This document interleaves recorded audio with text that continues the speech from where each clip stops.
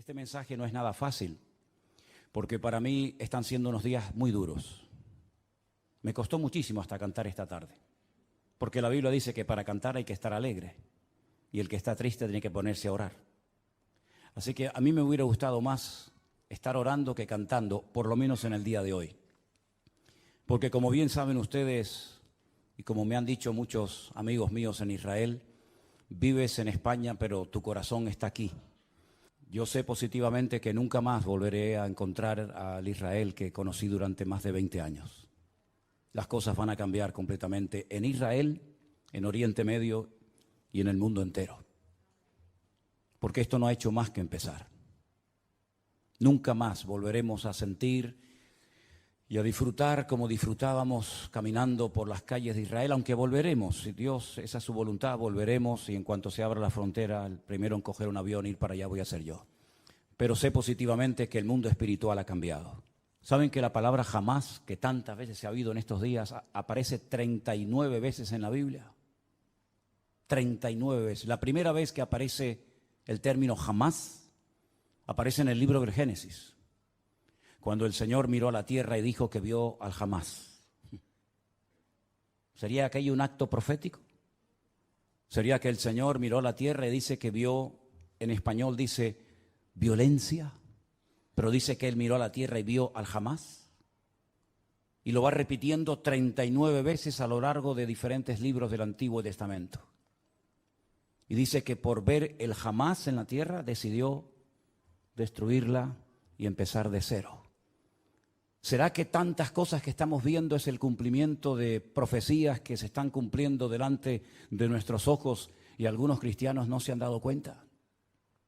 Yo no suelo perder el tiempo escuchando lo que otros dicen en internet de mí o de nuestro ministerio. Sinceramente no tengo tiempo ni deseo perder mi tiempo en esas cosas cuando me dicen, ay, por ahí hay uno que está diciendo esto, por ahí hay otro. Pero en esta semana he recibido algunos mensajes, ¿no?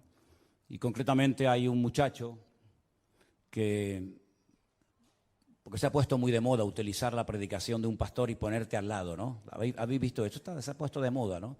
Fíjense, miren lo que dice, ahí viene la palabra, escuchen, atentos hermanos, se ha puesto muy de moda eso, ¿no? Y este muchacho pues cogió una predicación mía, muy honesto el hombre, ¿no? Pidiendo permiso previamente, ¿verdad?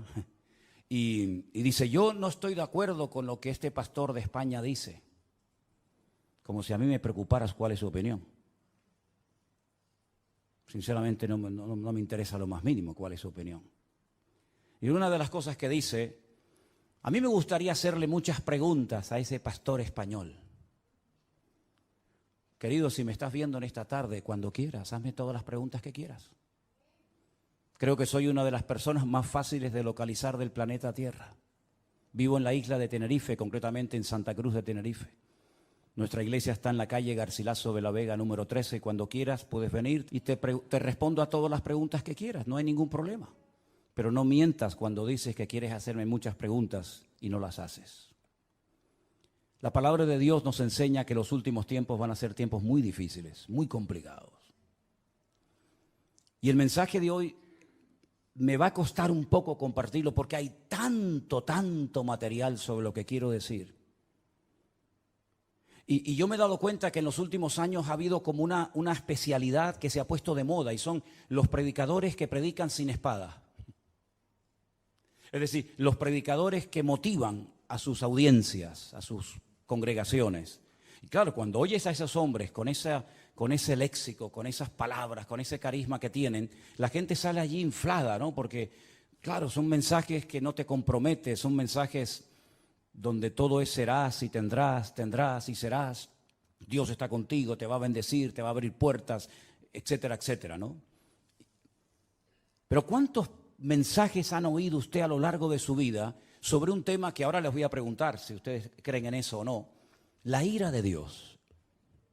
Yo solamente escuché un mensaje en toda mi vida y acabo de cumplir 62 años, desde los 16, 17 años estoy sirviendo al Señor de una manera u otra. En toda mi vida escuché a una persona que predicó un día sobre este tema tan controversial de la ira de Dios y casualmente fue en esta iglesia, en este mismo púlpito. ¿Se acuerdan ustedes aquel muchacho peladito cubano? ¿Se acuerdan? Él predicó un día sobre la ira de Dios y fue un mensaje excelente. Y después cuando terminó le dije, no es fácil predicar de esto. No es fácil porque nadie está orando para tener a Dios de espalda a nosotros. A nadie le agrada ver tragedias y muertes y guerra. A nadie le agrada. No estamos orando para que esas cosas sucedan. Generalmente nuestras oraciones son, Señor, cuídanos, protégenos, bendícenos, ayúdanos. Pero sabemos que nuestro Dios es un Dios de amor, un Dios de misericordia, pero también se enfada. Y yo veo a Dios cuando su Hijo unigénito, el Señor Jesucristo, cargó el pecado de todos y cada uno de nosotros. El Señor Jesucristo dijo, ¿por qué me has desamparado? Dios dejando a su Hijo solo en la cruz. Porque en ese momento su Hijo era el pecado personificado de toda la humanidad. Si abandonó a su Hijo temporalmente por la situación del momento, ¿cómo no habrá momentos puntuales en la vida de las naciones y de los seres humanos en los que Dios dice, basta, estoy harto, estoy cansado? La pregunta que les quiero hacer es, ¿ustedes creen que este tema de la ira de Dios es un mito, es una fábula, es una metáfora, es algo de lo cual se habla, pero que en el fondo no es realmente así? Dios no se enfada, Dios no se enoja. Hay momentos en los que es verdad, Dios bendice, hace milagros, saca a su pueblo de la esclavitud, les da el maná, los protege de los enemigos, pero también hay un montón de versículos, cientos, miles de textos, donde Dios dijo, cuando claméis no os voy a oír. Porque cuando yo llamé no me respondisteis. Y estoy harto de vuestros holocaustos y de vuestras ofrendas y de vuestras fiestas solemnes. Y por cuanto llamé y no quisisteis, vuestra casa quedará desierta. Y si te parece poco, hay un libro que contiene unas palabras que son impresionantes, son tremendamente impactantes y durísimas. Permítame que se las lea. Ahora les digo dónde voy a estar leyendo. Acuérdate, oh Señor, de lo que nos ha sucedido. Mira nuestro oprobio y mira nuestra herencia, cómo ha sido traspasada a extraños. Nuestra piel se ha ennegrecido como un horno a causa del hambre. Han violado a nuestras mujeres, a nuestras vírgenes las han violado y han colgado a nuestros príncipes y no respetaron a los ancianos. Se han llevado a los jóvenes y los muchachos han desfallecido. Los jóvenes dejaron de cantar. Cesó el gozo en nuestro corazón. Nuestra danza se ha convertido en luto. Cayó la corona de nuestras cabezas. Ay de nosotros, Señor, porque pecamos. Por esto se entenebrecieron nuestros ojos. Mas tú, Señor, permaneces para siempre y tu trono de generación en generación. No estoy leyendo un poema, estoy leyendo la Biblia en el capítulo 5 del libro de Lamentaciones. Es tremendo, ¿verdad? Es tremendo cuando Dios dice, basta, hasta aquí hemos llegado, se acabó. Es tremendo cuando Dios le dice a su pueblo, no voy a oír vuestras oraciones, no voy a estar presente en vuestras fiestas solemnes, no voy a oír. El cielo lo haré de bronce y vuestras oraciones no pasarán del techo. Es tremendo, ¿verdad? Cuando Dios ha permitido cosas tremendas en la historia que han afectado a millones de personas, como por ejemplo el diluvio. ¿Cuántas miles de personas habrán muerto en el diluvio, hermanos? Bueno, nadie lo puede saber con exactitud, pero yo creo que murieron miles de personas en el diluvio. Algunos dirán, bueno, millones. Bueno, está bien, millones. ¿Y quién mandó el diluvio, hermanos? ¿Quién mandó el diluvio? ¿Quién le dijo a Noé, prepárate porque yo voy a mandar un diluvio a la tierra? ¿Quién fue el que destruyó las ciudades de Sodoma y de Gomorra? Si no fue tu Dios, ¿quién fue entonces? A mí me hace gracia cuando hay gente que dice, es que el Dios del Antiguo Testamento es completamente diferente al Dios del Nuevo Testamento. Y eso es muy peligroso hablar así. Porque estás hablando como que hay dos dioses, uno malo y uno bueno. Uno que está siempre enfadado y enojado, y otro como que es benevolente, como Papá Noel o como San Nicolás, como lo llaman en otros países, ¿verdad? Que nos concede todo y no importa lo que hagamos. Pero esa no es la enseñanza bíblica. La enseñanza bíblica es que hay un solo Dios.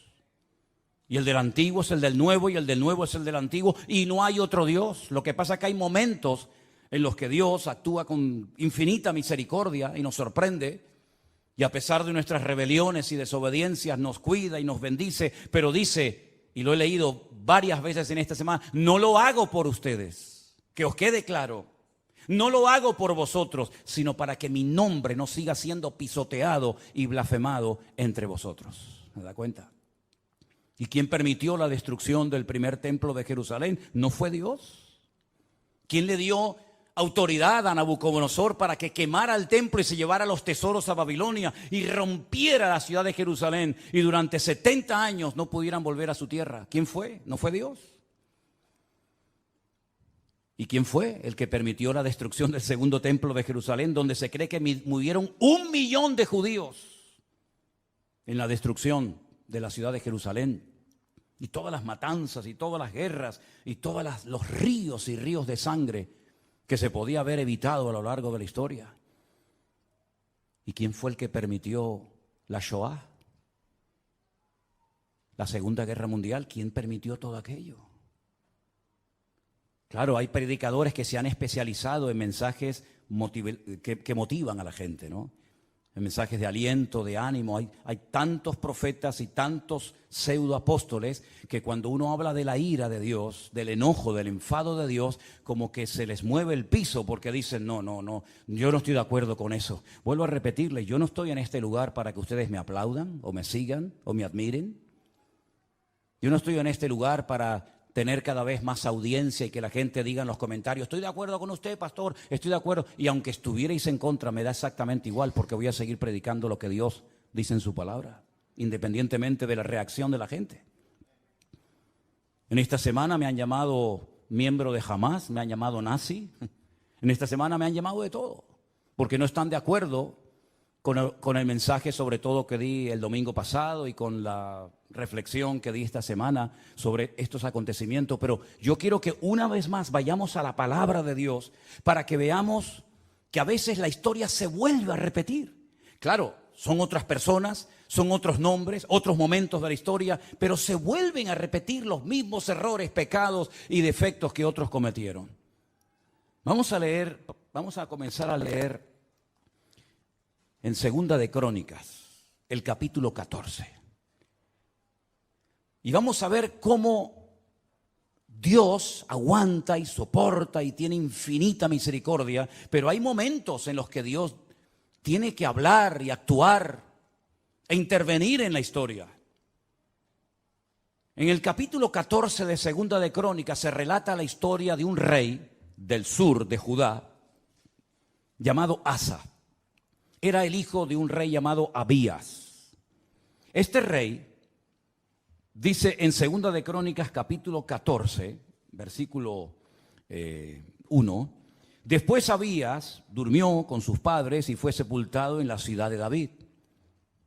Y reinó en su lugar su hijo Asa, en cuyos días tuvo sosiego el país por 10 años. Si parece ser que durante 10 años estuvieron tranquilos, no pasó nada.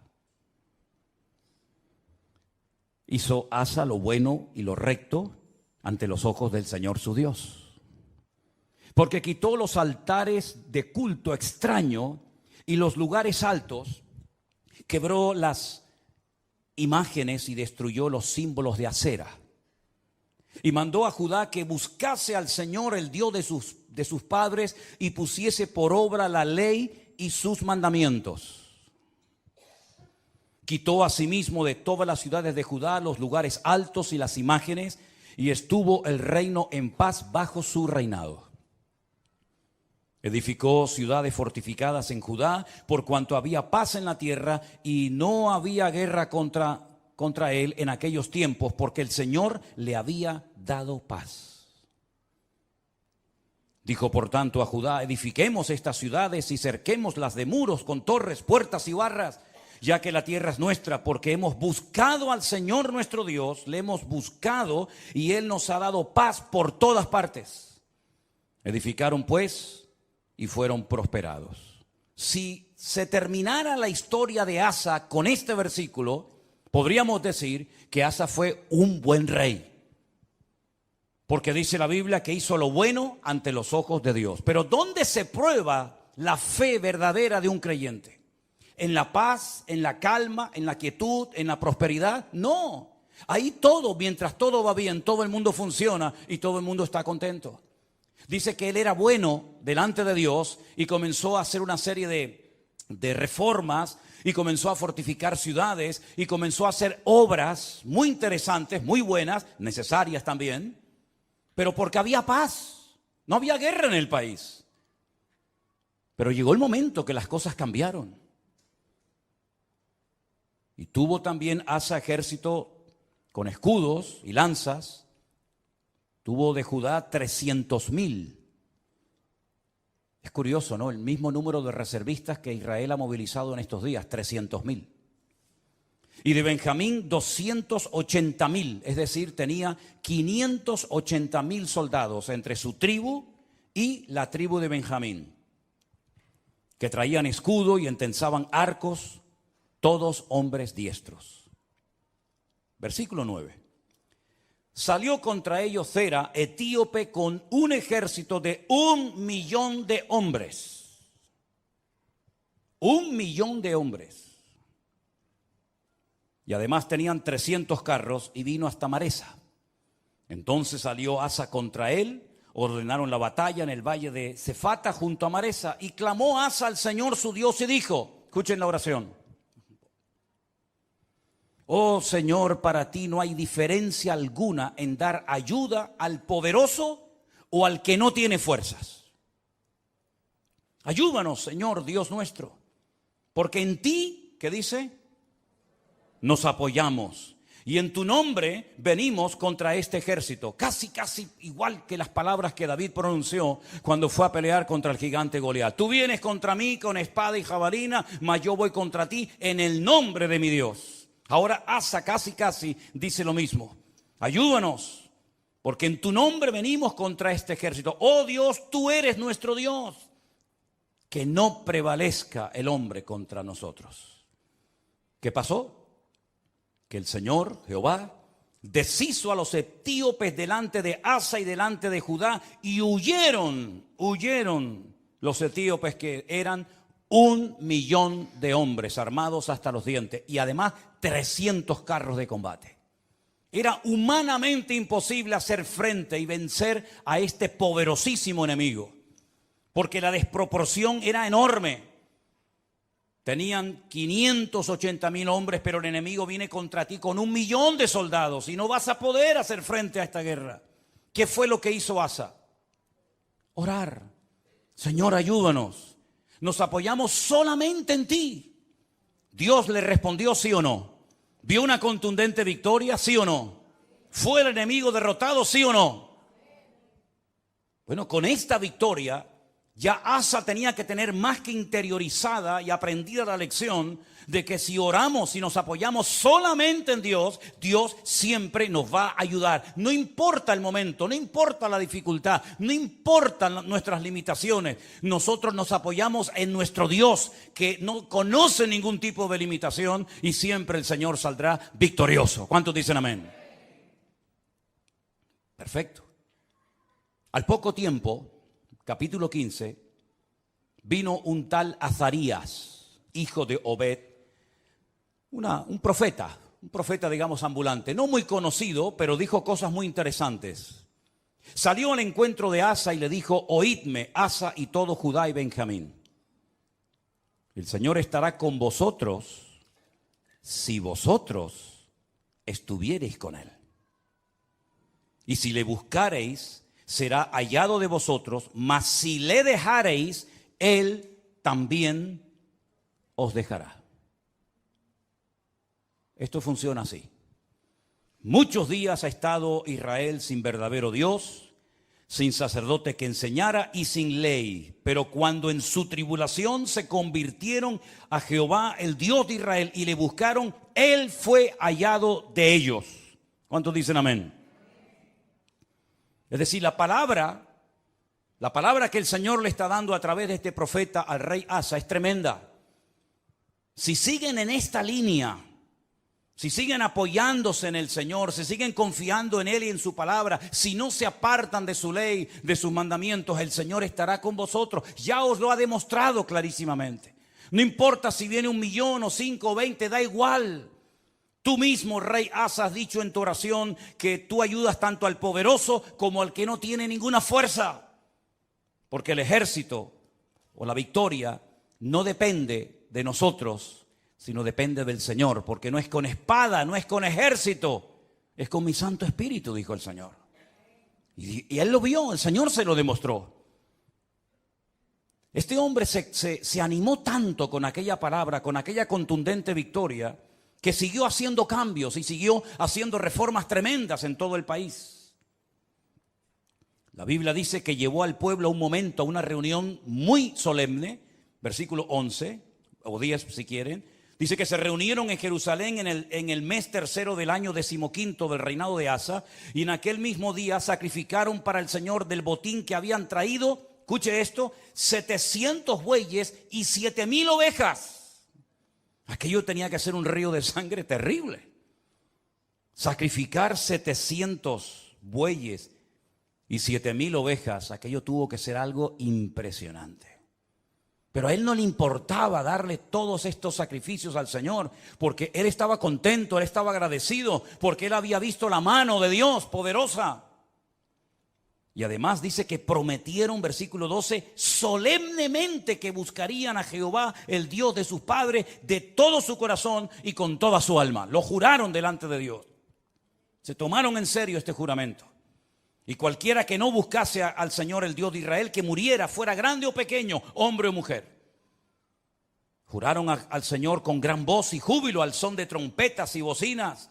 Y todos los de Judá se alegraron en este juramento, porque de todo corazón lo juraban y toda su voluntad lo buscaban, y fue hallado de ellos, porque el Señor les dio paz por todas partes. ¿Cuántos dicen amén? Va bien la historia, ¿no? Va bien, vamos bien, vamos bien. El hombre está siendo bendecido, el hombre está siendo usado, Dios está dando paz, Dios está respondiendo a su oración, el enemigo está siendo derrotado y humillado. Vamos bien, gloria a Dios, gloria a Dios. Hace una cosa muy interesante.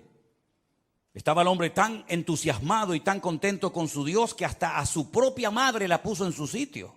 Miren lo que le dice a su madre, o lo que hace con su madre en el verso 16. Aún a Maaca, la madre del rey Asa, cuidado, no era una cualquiera, era su propia madre, la depuso de su dignidad, porque había hecho una imagen de acera, y Asa destruyó la imagen y la desmenuzó y la quemó junto al torrente del Cedrón. A su propia madre le dijo: no voy a permitir, por muy madre que seas de mí, que tengamos entre nosotros una imagen de esta acera.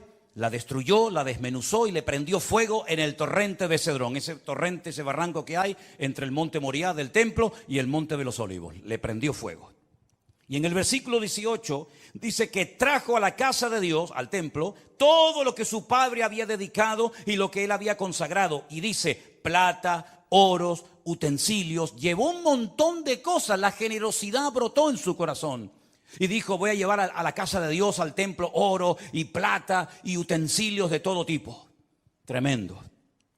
Si terminara, repito, la historia del rey Asa con este capítulo, podríamos marcharnos a casa diciendo: gloria a Dios, por fin nos encontramos un buen rey.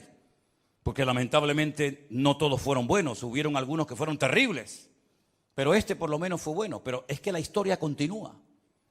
La historia nos lleva al capítulo 16, donde dice que en el año 36 de su reinado, tuvo mucho tiempo como rey, subió Baasa, el rey de Israel, el que estaba en el norte. Ya el país se había dividido, recuerden esto, hermanos. Estaba Judá al sur con la tribu de Benjamín, y las 10 tribus al norte adoptaron el nombre de Israel.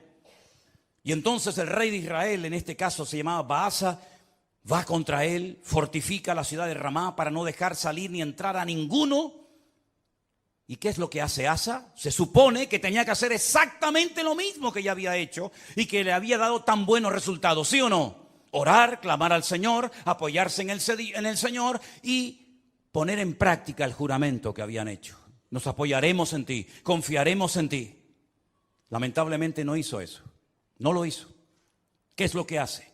Sacó Asa la plata y el oro de los tesoros de la casa de Dios. Es decir, ayer los entregué al Señor, hoy los vuelvo a tomar. Ayer los consagro para uso exclusivo del templo y ahora tomo todo eso que no es mío, son parte de los tesoros de la casa de Dios, y lo que hace es que se los envió a un tal Ben-Hadad, rey de Siria, que estaba en Damasco. ¿Y este qué pinta aquí? ¿Quién es este rey de Siria, este tal Ben-Hadad? ¿Qué pinta este hombre en todo esto? Bueno, le dijo, hay alianza entre tú y yo como la hubo entre tu padre y mi padre. Y aquí yo te he enviado plata y oro para que vengas y deshagas la alianza que tienes con Baasa, el rey de Israel, a fin de que se retire de mí. Consintió Ben-Hadad con el rey Asa y envió los capitanes de su ejército contra las ciudades de Israel y conquistaron Gijón, Dan, Abel-Maín, las ciudades de aprovisionamiento de Neftalí. Y oyendo esto, Baasa cesó de edificar a Ramá y abandonó su obra. Entonces el rey Asa tomó a todo Judá y se llevaron de Ramá la piedra, la madera con la que Baasa edificaba, y con ella se edificó la ciudad de Jeba y a Mizpa. Problema solucionado. Ya está. Pero esto no fue agradable ante los ojos de Dios, porque aunque humanamente hablando se salió con la suya, le doy dinero a un rey de Siria, Ben-Hadad, para que me apoye en la guerra, para que se ponga en contra de mi enemigo. Yo le pago, yo le doy una cantidad enorme de dinero, aunque vacíe la casa de Dios, y así me quedo tranquilo. Pero es que resulta que en aquel tiempo a los profetas, y lo dicen otros textos de la Biblia, se les llamaba videntes, porque eran los que veían, los que leían las circunstancias, los que interpretaban el mundo espiritual. Por eso se les llamaba por un tiempo a los profetas videntes, porque veían más allá de lo natural. Porque lo natural, como he dicho muchas veces, es un reflejo de lo espiritual. Y ahora viene este vidente, este profeta, y le dice al rey Asa, por cuanto te has apoyado en el rey de Siria y no te apoyaste en el Señor tu Dios, por eso el ejército del rey de Siria se escapó de tus manos. Los etíopes y los libios no eran un ejército numerosísimo con carros y mucha gente de a caballo. Le recuerda el pasado, le recuerda la historia, lo que Dios hizo por él. Con todo, porque te apoyaste en Jehová, Él los entregó en tus manos. Porque los ojos del Señor contemplan toda la tierra para mostrar su poder a favor de los que tienen corazón perfecto para con Él. Y ahora le dice, locamente has hecho esto. Locamente has hecho esto. Porque de aquí en adelante habrá guerra contra ti. Has abierto una brecha, has abierto una puerta en el mundo espiritual y a partir de hoy tu vida va a cambiar radicalmente, pero para mal, no para mejor. ¿Qué hubiera hecho usted, hermano y hermana, o yo, si nos viene un profeta como este, Hanani, y nos amonesta y nos dice esta palabra? ¿Qué hubiéramos hecho? Señor, perdóname, lo siento. Así como el profeta Natán, ¿se acuerdan cuando fue a la casa del rey David y le dijo, tú eres ese hombre, tú has pecado por culpa tuya? El nombre de Dios ha sido blasfemado y pisoteado en el mundo de los gentiles. Y David dijo, Señor, perdóname, no quites de mí tu Santo Espíritu, ¿verdad? Y ten piedad de mí, etcétera, etcétera. Lo mismo tendría que haber hecho Asa, ¿sí o no? Era un hombre de Dios, conocía la palabra, había visto el poder de Dios en su vida, en su reinado. Lo lógico hubiera sido decir, perdóname, Señor, lo siento mucho, he dado un mal ejemplo al país, sacando los tesoros de la casa de Dios y dándoselos a un pagano para que me ayude, como si no tuviéramos un Dios más poderoso que el rey de Siria, Ben-Hadad. ¿No te das cuenta, querido hermano, que cada vez que te apoyas en algo o en alguien que no es Dios, el que se lleva la gloria no es Dios, sino el que en la persona en la que te has apoyado? Locamente has actuado. Tú, un hombre de Dios, no tiene que actuar de esta manera. Un pueblo que conoce a su Dios no puede caer en estos errores. ¿Qué dije el domingo pasado? Hay cosas que se hacen en este país, o en el tuyo, o en muchas naciones de la tierra, que no es que estén bien, pero bueno, digamos que no afectan tanto al mundo espiritual. Pero Israel no puede permitirse ser como los demás. Israel no puede imitar a los demás perdiendo su identidad, apoyándose en lo que nunca tenían que haberse apoyado y olvidándose de su Dios. Porque Israel no es un país cualquiera. Israel tiene que ser un punto de referencia para todo el mundo. Tiene que ser una luz entre las naciones, que ese fue el propósito por el cual, o uno de los propósitos por el cual Dios los llamó. Así que has actuado locamente porque tú tenías que haberte apoyado en el Dios Todopoderoso, que te ha demostrado que es un Dios poderoso y que no importa si vienen 1 millón o 20 contra ti, el Señor te va a librar. Y como hemos cantado esta tarde, y espero que no solamente haya sido una canción, sino algo que tenemos claro en nuestra vida: por un camino vendrán y por 7 huirán. Y él sabía ese versículo que hemos cantado en esta tarde. Pero ¿qué pasó? Versículo 10. Se enojó Asa contra el vidente. Se enfadó contra el profeta. Lo mete en la cárcel porque se encolerizó grandemente a causa de esto. No le hizo gracia la palabra del profeta Hanani. No le gustó. Oprimió Asa en aquel tiempo a algunos del pueblo. Mas he aquí los hechos de Asa, primeros y postreros, están escritos en el libro de los reyes de Judá y de Israel. Ahora escucha bien. En el año 39, pocos años después de su reinado, este rey enfermó gravemente de los pies. Y en su enfermedad, ¿a quién buscó? A los médicos. Como diciendo, ni en mi enfermedad me voy a humillar delante de Dios. No está mal ir a los médicos, ni mucho menos. El Señor dice en su palabra: yo envío sanidad y medicina a mi pueblo. Pero la actitud de Asa es de soberbio, es de arrogante, es decir, estoy enfermo, si clamara al Señor, Dios me podría sanar, pero no lo voy a hacer, porque no quiero saber nada de ese Dios. Y dice que en su enfermedad buscó a los médicos en vez de a Dios. Al final, murió. En el año 41 de su reinado, lo sepultaron en los sepulcros que él había hecho para sí en la ciudad de David. Lo sepultaron en un ataúd y le llenaron de perfumes y de diversas especies aromáticas preparadas por expertos perfumistas, e hicieron un gran fuego en su honor. Perfumes para el muerto. Y ahí se acaba la vida y el reinado de Asa. ¿Qué les parece? ¿Qué les parece? Bueno, esto al fin y al cabo es una historia del pasado, de la cual podemos extraer ciertas y determinadas aplicaciones y lecciones para nuestra vida. Pero ¿saben qué? El hombre no aprende. El hombre no aprende. Sigue cometiendo los mismos errores, los mismos pecados, y en vez de apoyarse solamente en Dios, que los ha librado tantas veces de ser destruidos y tragados por sus enemigos, vuelven a apoyarse en ejércitos extranjeros, en la ayuda de hombres, en vez de apoyarse única y exclusivamente en su Dios. Hemos leído en esta tarde, espero que hayan prestado atención: el Señor es mi luz y mi salvación.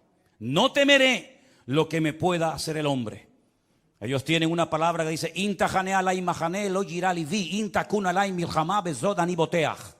aunque un ejército acampe contra mí, no temerá mi corazón.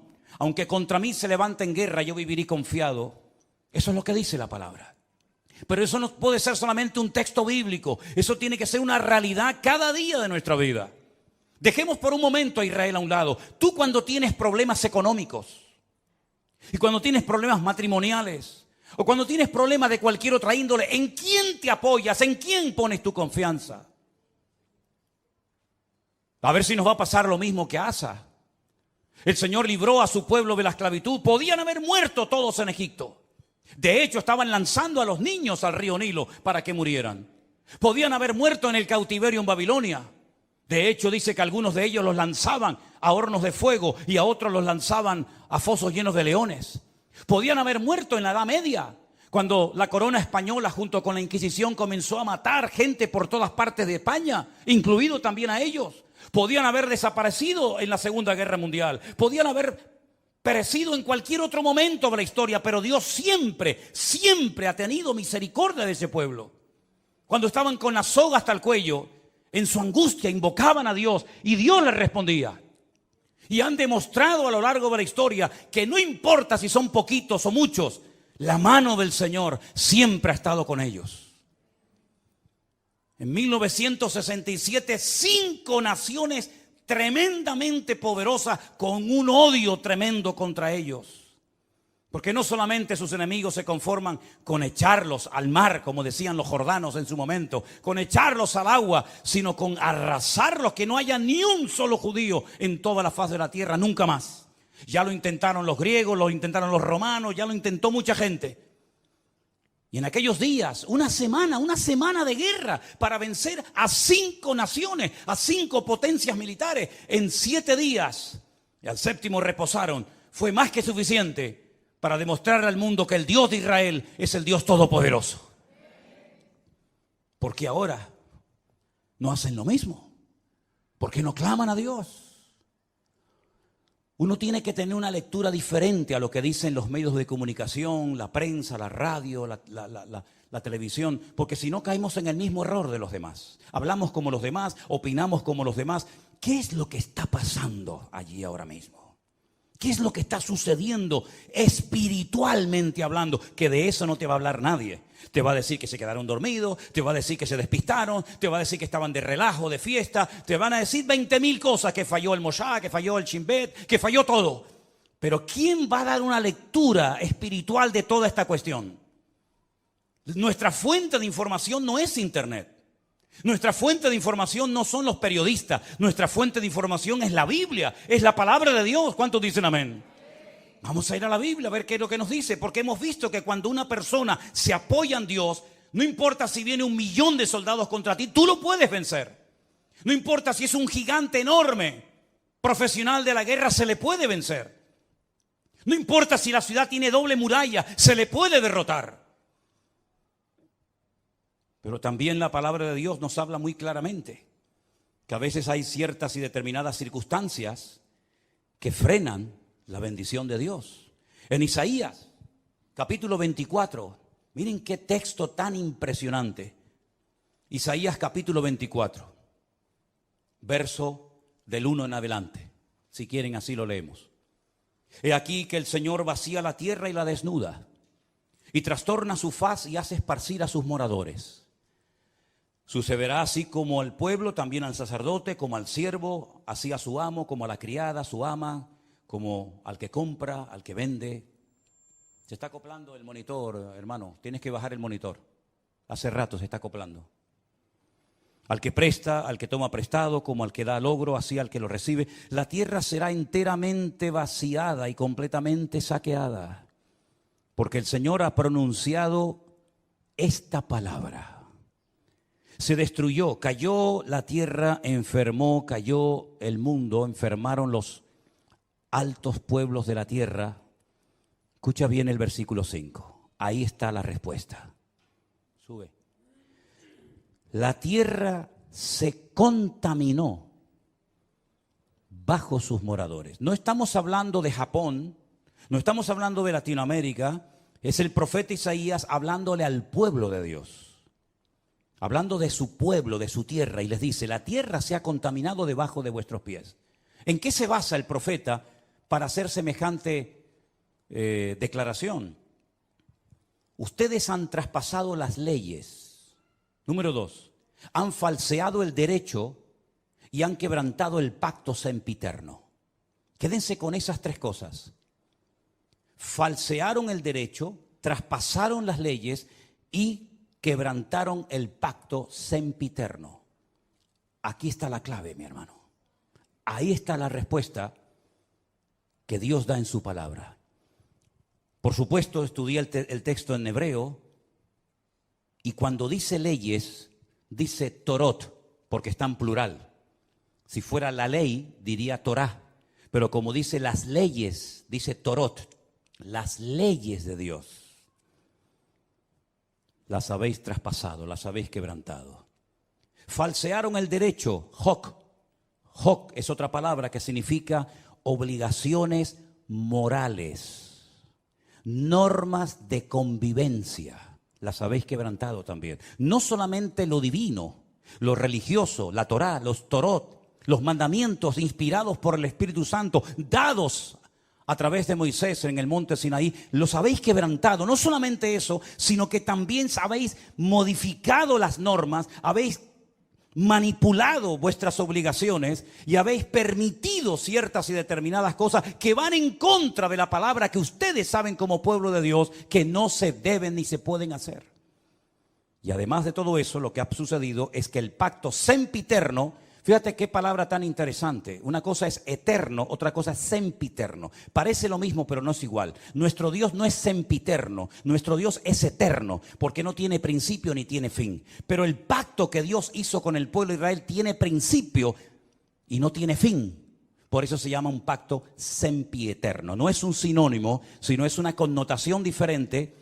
Dice el Brit Olam. El Brit Olam en hebreo se ha traducido muy bien en esta ocasión por un pacto que tuvo un principio. ¿Dónde tuvo el pacto ese principio? Vamos a verlo ahora. Para posicionarnos y ver a qué se refiere la palabra de Dios cuando dice que llegaría un momento en la historia en el que el pueblo de Israel quebrantaría los Torot, la ley de Dios, los Hok, las normas de convivencia, las obligaciones de un país y además el pacto sempiterno. Ese pacto del cual está haciendo referencia a Isaías se menciona en el primer libro de la Biblia, el libro del Génesis. Cuando el Señor le dice a Abraham, tenemos que remontarnos a los tiempos de Abraham, espero que no se estén perdiendo, porque para mí es tremendamente interesante que ustedes entiendan esta porción y este mensaje hoy. El Señor le dice a Abraham, yo estableceré mi pacto entre mí y ti, y entre tu descendencia por tus generaciones. Es decir, el pacto no termina con tu muerte.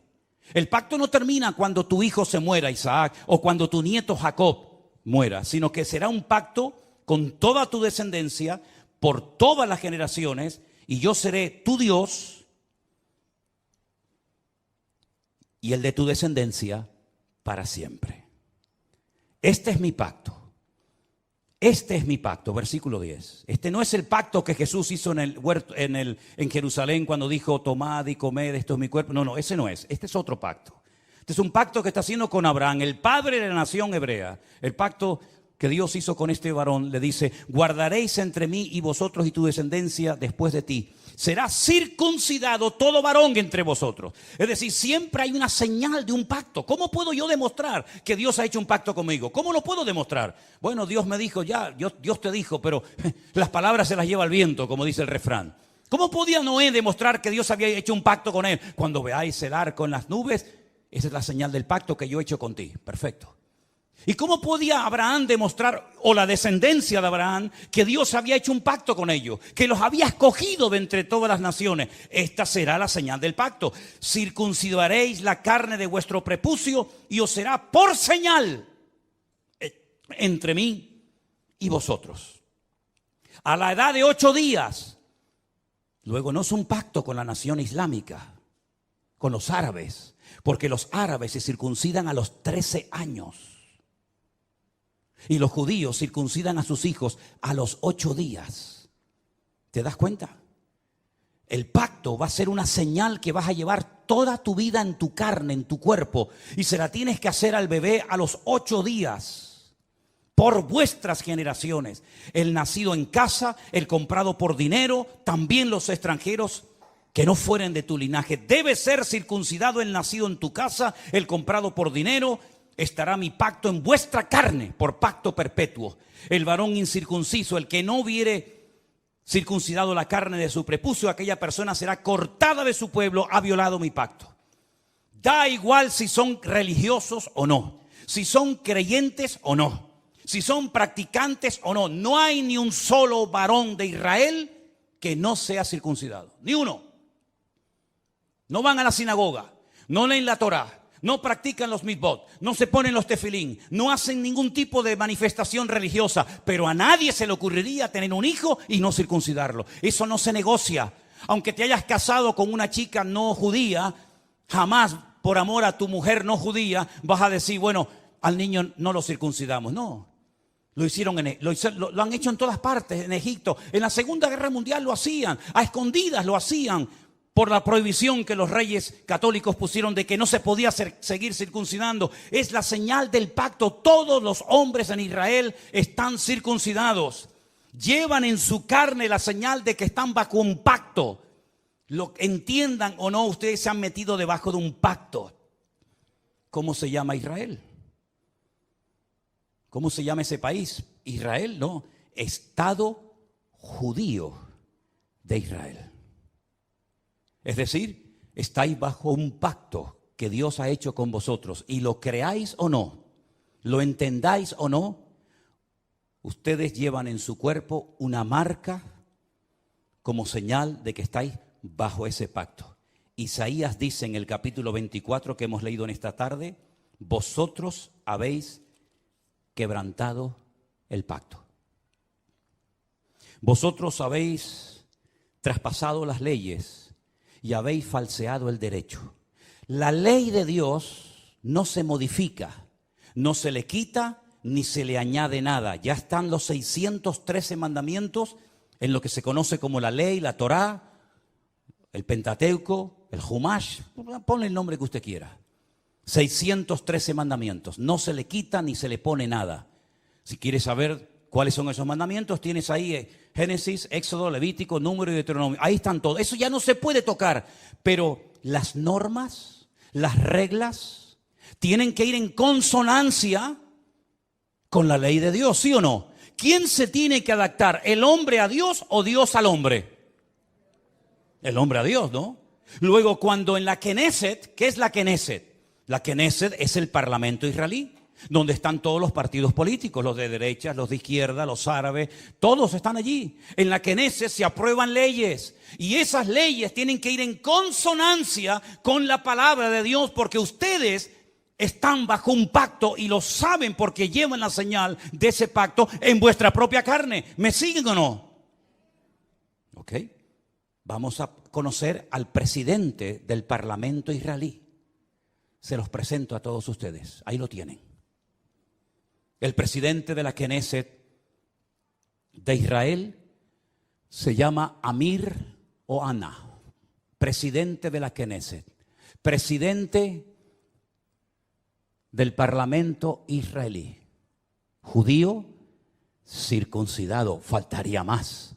Veamos lo que nos dice la Wikipedia en su vida personal. El señor Amir Ohana y su pareja Alon Haddad formaron una familia homoparental con un hijo y una hija que concibieron a través de la subrogación gestacional de una mujer de Oregón, Estados Unidos.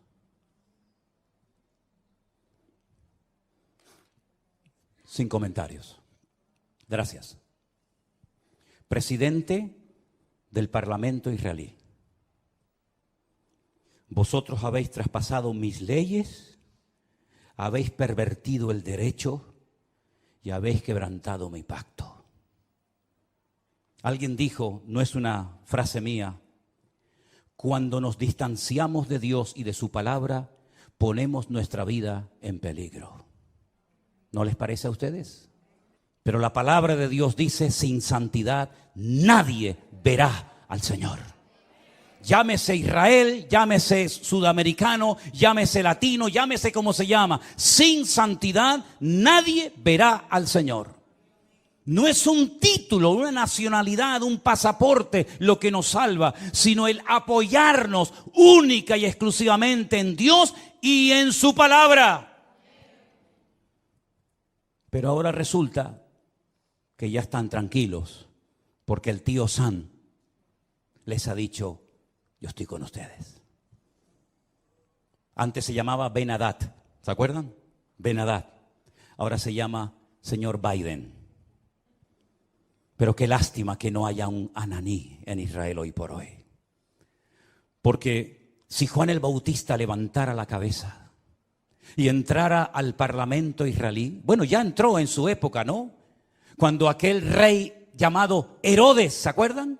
¿Se acuerdan el rey Herodes? Aquel títer, aquel monigote que ni era rey ni nada, pero lo habían nombrado los romanos, le habían dicho, tú vas a ser el rey de Israel. Qué valientes fueron los magos de Oriente, ¿se acuerdan? Cuando vienen seguramente en un viaje de días, de semanas o tal vez de meses, y llegaron a Belén, al Herodión, donde vivía el rey Herodes, y le dijeron, venimos a adorar al rey de los judíos, porque su estrella hemos visto en el oriente. Y Herodes habrá dicho, ¿el rey de los judíos soy yo? No, tú eres un estrellado. Nosotros venimos a ver a aquel que es digno de recibir toda honra y toda gloria. Y dice que cuando llegaron, se postraron y lo adoraron, ofreciendo sus tesoros de oro, incienso y mirra. A ese rey